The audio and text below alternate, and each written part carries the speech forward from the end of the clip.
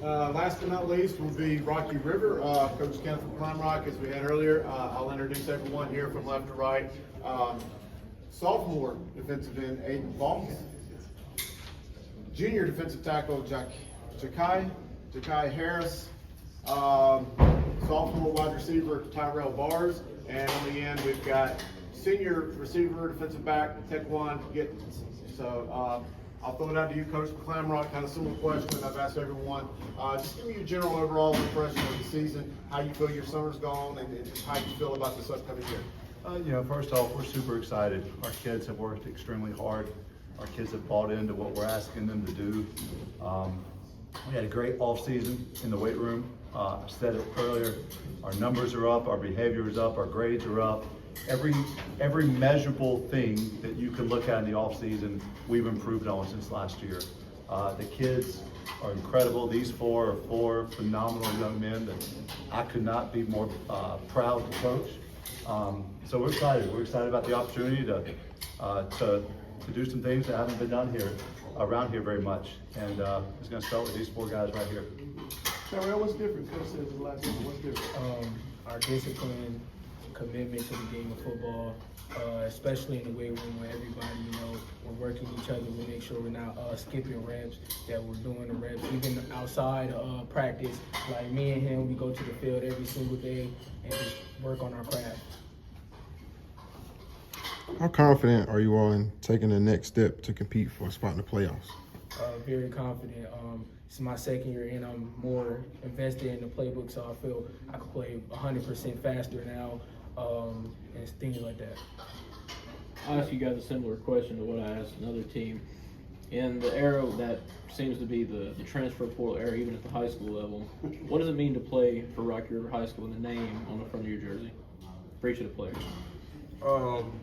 First off, for my 3 years being here, it's been a little journey. So this year especially, we're trying to make a change, a big change. This name is just, it's more to it than just Rocky River. It's like we play as a team. It's like a togetherness, if that makes sense, a unity. We're more closer than the past teams, more disciplined. Leaders are stepping up more than the past teams. We're just ready to win for sure. Anybody else? I would just say, it means a lot, especially when a lot of people down you and you got a lot to prove to the city. It just means a lot to play for the school and try to compete and come out here and do our best.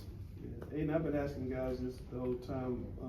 I know you guys been working out all summer, but it really starts this week. How excited are you to start? Why is it important? It's very important because this is really the pivotal moment between summer and real game time. We finna put pads on, start to play, and it get real right now. So we gotta lock in right now and just take every moment and cherish it. The night before that first practice, what's that like for you? Pretty exciting. It's like first day of school. You can't really sleep. You know what I'm saying? But you gotta get rested. But you know what I'm saying? Tyrell, same question. I see you smiling. What is it about it? What about that night makes it special for you? That first practice? Very excitement, like he said, to be a sophomore and being a leader on this team. It's a lot to know everything, be a leader, and also to be a leader to myself instead of just leading other guys. For Coach, what's the biggest point of growth you've seen over the summer in your guys? There's an intensity that we have now. To me, everything starts in the weight room.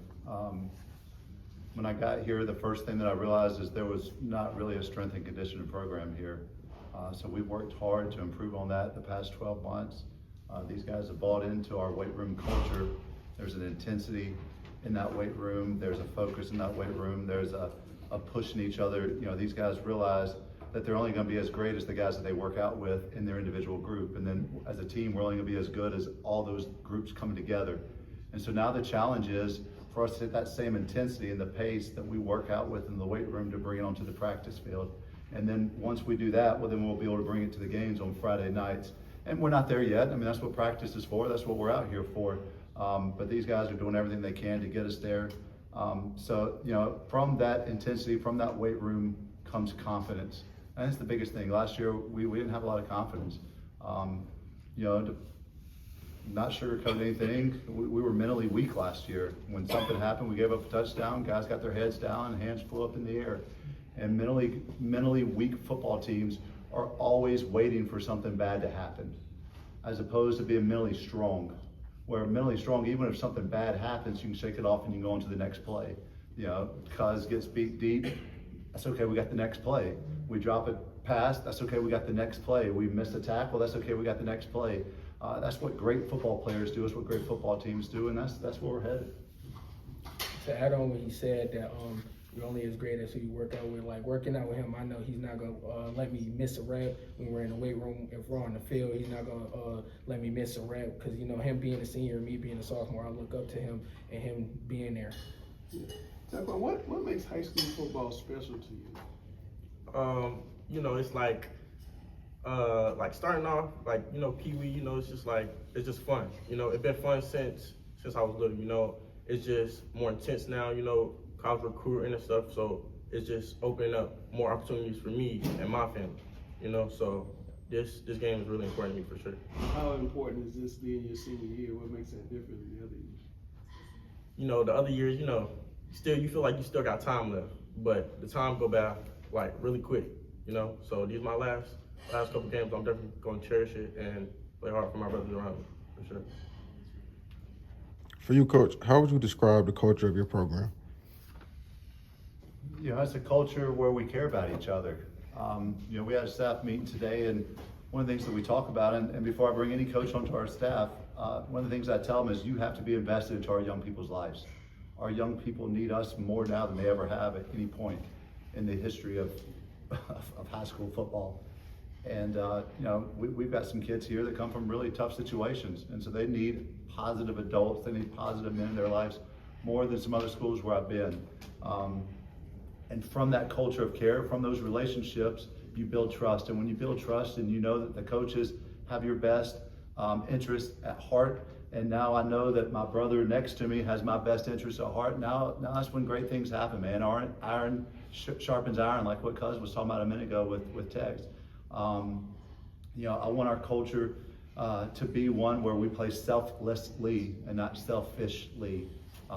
You know, I played wide receiver and only got one catch this game, but we won. That's a good thing. We won. You know, defensive linemen here, their job, quite honestly, they shouldn't get very many stats, man. If these two jokers have a whole bunch of stats, then they're probably not doing their jobs right. Because if they're doing their jobs right and they're holding up offensive linemen, our linebackers are going to be all over the stat sheet. And so learn how to play selflessly for the greater good, to understand that there's a bigger purpose to what we're trying to do out here. You know, and then lastly, you know, we want to build those relationships that are lifelong, man. In men's life, especially, I'll speak to us because that's all I know. You know, but in a young man's life, there are 3 relationships that can be really, really, really, really big. If you're a person of faith, your faith relationship. Then your relationship with your family. But the next most special relationship between a lot of men, the reason why most coaches coach, is that relationship between the players and the coaches. So when I have guys reach out to me that I coached 15 years ago, Coach, man, we can't wait to come see you guys play at Rocky River, that means something. When these guys come back and they see us after they graduated, that means something. But that's what we want to do, man. I want these guys to know that I don't just have their back while they're here. That's transactional relationships. I want transformational relationships where it goes way beyond football, it goes way beyond our time. You know, I think year 2 brings what you're talking about, Nate. It brings continuity. It brings, you already know what expectations are. These guys now are starting to understand what my expectations are, whether that's in the weight room, whether that's on the practice field, whether that's in the hallways, whether that's in the classrooms. And then with our coaching staff, I mean, you know, I've said this over and over again, I'm gonna keep saying it. I believe that we have the greatest coaching staff in Charlotte. I believe we have one of the top coaching staffs in all of North Carolina at any level, including the college level. If you look at our coaches from top to bottom, we've got incredible leaders of young men. And knowing that you know, my offensive staff stayed the exact same from last year, they know what the expectations are at practice. So now, you know, Coach Segworth over there if I'm not with him, man, he knows exactly what I want. Coach Crichton knows exactly what I want. Coach Rankin knows exactly what I want. Coach Harrison knows exactly what I want and exactly the way that it's supposed to be done. And so, for example, this summer, I'm a big weight room guy. We've talked about it a lot. I went into the weight room maybe, twice all summer. I didn't even go in the weight room with the bigs a single time because I knew that the other coaches could take care of it. And I knew that the players were going to respect them because of that relationship factor that we've been talking about. And once a kid knows you love them, man, a kid will do anything you ask them. And so going back to, what does that mean to me second year? Man, hopefully these guys know how much I care about them. Because once they do, then, great things can happen. And I believe great things are on the horizon. Question. You go ahead. I also want to say that he says before you make sure you're leading everybody else, you got to make sure you're leading yourself in the right way, whether that's outside the field, in school, field, weight room. Make sure that you're in the right path before you go to somebody else. Question for Taquan. Being a senior, like a leader of this group, how do you support your younger teammates? First off, sometimes, being a leader is a little rough. Sometimes you want to, get on them, scream at them, but the best way, especially leading younger men, is building a relationship, being more transparent and being more cordial with them rather than screaming and, because some kids don't learn like that. So, I just try to build a relationship first and then try to lead after that. A little bit of a loaded question, but for Coach, and if the players want to respond, this is a program that, it's only been 10 years ago that they had a really solid run from like 2012 to 14, a couple deep runs in the playoffs to like the third or fourth round. What's it going to take to get back to that? How close are you to getting back to that? Well, we're going to find out this year. I think we're really close, to be honest with you. We don't put numbers on anything, a quantity. As far as wins go, or anything like that, we have our goals that we talk about, and we'll refresh those goals tomorrow. But I think that we're really close to being the Rocky River of 10 plus years ago when Jair Alexander was here. And I've said this before. Coach Simmons said it earlier. I didn't come here to lose. I didn't come here to be 3-7. I didn't come here to be 4-6 or 5-5. My expectation is for these guys to be the players in the football program that everyone across the city talks about. And we're tired of being people's homecomings. And we want to be a team that people talk about, and players who are doing things not only right in the classroom and the weight room, but on the football field, and have opportunities to go beyond high school football if that's what they choose to do. And like I said, we have 4 phenomenal young men here who represent all those things that we've been talking about. Is there any of the players that want to follow up on that? I know most of y'all might have been in elementary school and middle school since the last time Rocky Rivers had a winning season, but how cool would that be, especially for the seniors, to go out with a winning season? That'll definitely make a difference for the school for sure. Rocky River in the past haven't had the best name. Making a win, especially being like the first sport of the year, making a win so far for the school will make a big difference. Kids will want to start coming here, and everybody will love to come see Rocky River. That's what we want to make a change about. For sure. What these guys don't realize is how important, what Tex was just starting to hit on, how important football is for the morale of the entire school community, right? When a football team is successful, the schoolhouse is rocking in a good way. Behavior is up, attendance is up, guys are doing the right thing in the hallways. It's vital for the culture of our school. When I got hired, I promised Mr. LeGrand, our principal, and I promised our then AD, Coach Gray, and I promised Coach Mack, our new AD, that the football program is going to change the culture of the school, period. It begins with us. It begins with these 4 men because they are the leaders of this schoolhouse. They're not just the leaders of the football team, but they can change this entire schoolhouse. And it didn't take long into the year where I had an admin coming up to me this year saying, Coach, your football players, we know who they are because they carry themselves differently in the hallway. They sit up front in the classroom. They're not the ones acting like knuckleheads in the cafeteria. They're different. And I believe it rubs off. It can rub off this entire school, and that's our goal, man. We're trying to change the entire culture of the schoolhouse. How does it make you feel as a coach? Well, it's what we do this for, right? I mean, we know, get some more stories being written about coaches' pay, and maybe we can change something. None of us is doing it for the money, but what we are doing it for is to change young people's lives. And you know, these guys have heard the story. My coaches know that a couple years ago, my first year at Central Cabarrus, within a 10-day period, 2 players from another team that I'd been a part of as an assistant coach had guys that OD'd. They died.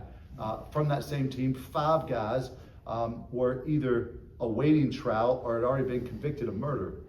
Now, this particular team was a bridge team between a really bad football team and a team that played in 2 state championships. And so we taught them a whole lot about football, but what I realized in 2017 that we hadn't taught them a whole lot about being better men. And I promised my group of guys in 2017 that I was going to coach differently than I ever coached before, that we were going to be more relational, transformational, not transactional than I'd ever been before. And so all of these guys, you know, when they leave, any class period, any practice, they come in my office, we dap each other up. Coach, I love you. I love you, buddy. I can't wait to see you. They text me throughout the week.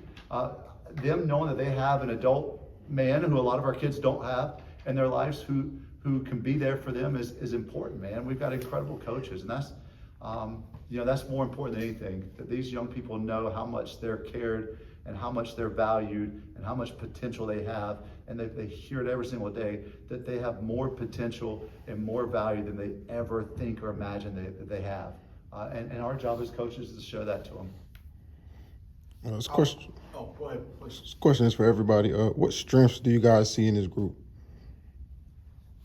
You better say power play. If we're not talking about physical, like mentally, we're definitely more stronger than the past couple teams. You know, as he touched on earlier, we'll, you know, during the game, something big happens to us negatively, we, you know, throw our hands, start pointing fingers.